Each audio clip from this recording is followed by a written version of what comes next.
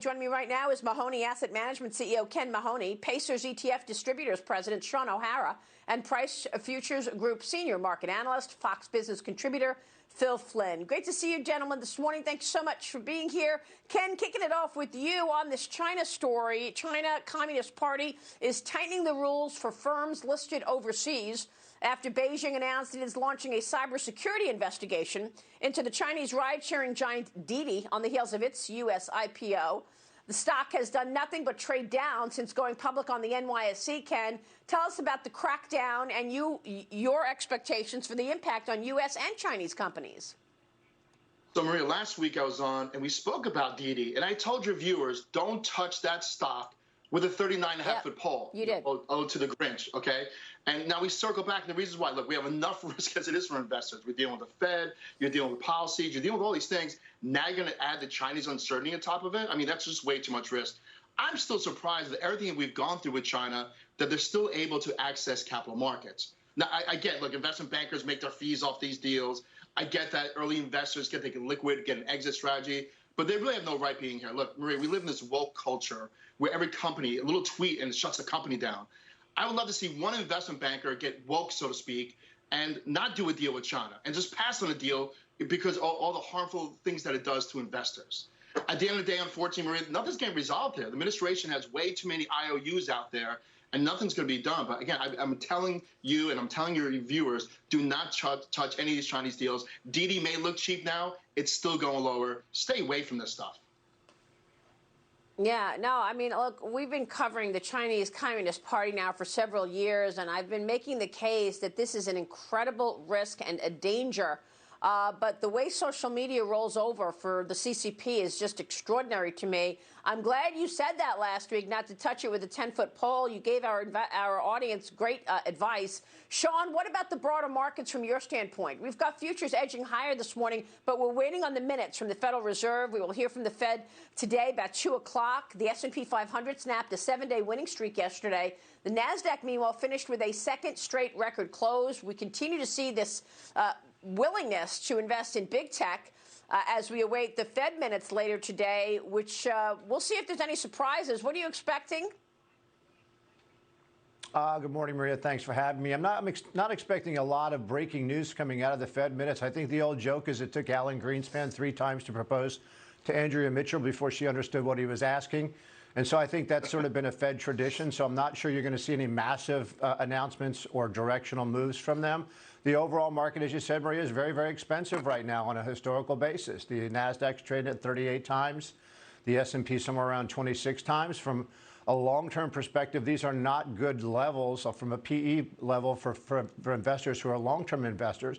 In the short term, you know, you don't need to move away from fast-growing sectors. You just have to find different players. Like, for example, in streaming, Netflix is the big player there, but you can stay in streaming and own names like CBS, Viacom, and Discovery Networks, who have a much better chance of growing their user base at a higher percentage than Netflix. If you're leading into your story about the Pentagon and Jedi, if you want to invest in the cloud, you know, the big players are Amazon, Microsoft, and Google. However, IBM is a little cheaper, and they do have a cloud strategy, a hybrid cloud strategy. And then if you want to continue to invest in, say, online retail, you don't necessarily need to own Amazon. You can own the suppliers of the data services, like the big data center names, or you can buy the industrial warehouse names. You know, I was going down to the beach over the weekend. You know, Jersey is known for its highways. But I take the back road. When you get over the bridge into New Jersey, into the back roads, it used to be acres and acres and acres of farmland. Now it is acres and acres and acres of distribution centers, either finished or being built for that demand. So I think it's time, perhaps, for investors to be a little bit cautious. We've made an awful lot of money here over the last decade by owning stocks. It may be time to reallocate portfolios to names that have lower PEs and higher free cash flows, because you get 2 benefits there. You pay lower prices, which gives you a better future expected return. And if we do have inflation that is more permanent than transitory, it's better to own names that are generating current cash as opposed to hoping for future earnings. All right, good analysis there. Phil, we got to talk about oil. Have you seen the price recently? Oil prices briefly hitting a 6-year high yesterday. Amid the infighting within OPEC, Saudi Arabia and the United Arab Emirates disagreeing over production levels, causing this volatility, Phil. And, of course, we are killing our efforts to drill here with the cancellation of the XL pipeline. Crude has been creeping up and now is at $74.50 a barrel. Your thoughts on the move? Run to the gas tank right now. It's probably going to continue to go higher. And we really are, Maria, in a situation we should have never put ourselves in. The United States is going to be facing a supply crunch at the end of the year, which is crazy because the United States used to be the biggest producer of oil and gas in the world. And right now, because of policies by the Biden administration and fiscal discipline by Shell and other reasons, we're now going back to OPEC saying, please, OPEC, come to an agreement, raise production so our economy doesn't get hurt. I think it's, Maria, you and I remember the old days, where we'd have our energy secretaries, bowing down to OPEC saying, please give us more oil. I thought those days were over. But because of policies that we have in place, canceling pipelines, drilling moratoriums, we're not seeing U.S. producers take advantage of these high prices.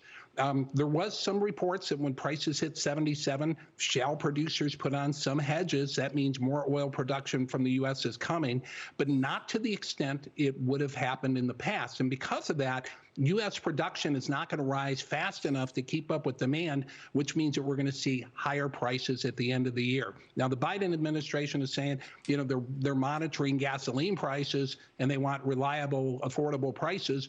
Well, they're not doing that much to make that happen, and those prices are going to continue to rise. Yeah, look, we got a couple of people on this program recently saying oil's going to 100. Are you in that camp, Phil? Not this year, but if things don't change dramatically within the Biden administration, if we continue the path of this failed energy policy, it'll happen probably next year. But this year, I think probably 80s, high 80s is in the cards. All right, gentlemen, great conversation. Thanks so much. For the Word on Wall Street, Ken Mahoney, Sean O'Hara, and Phil Flynn. We will see you soon, gentlemen. Thank you. Much more.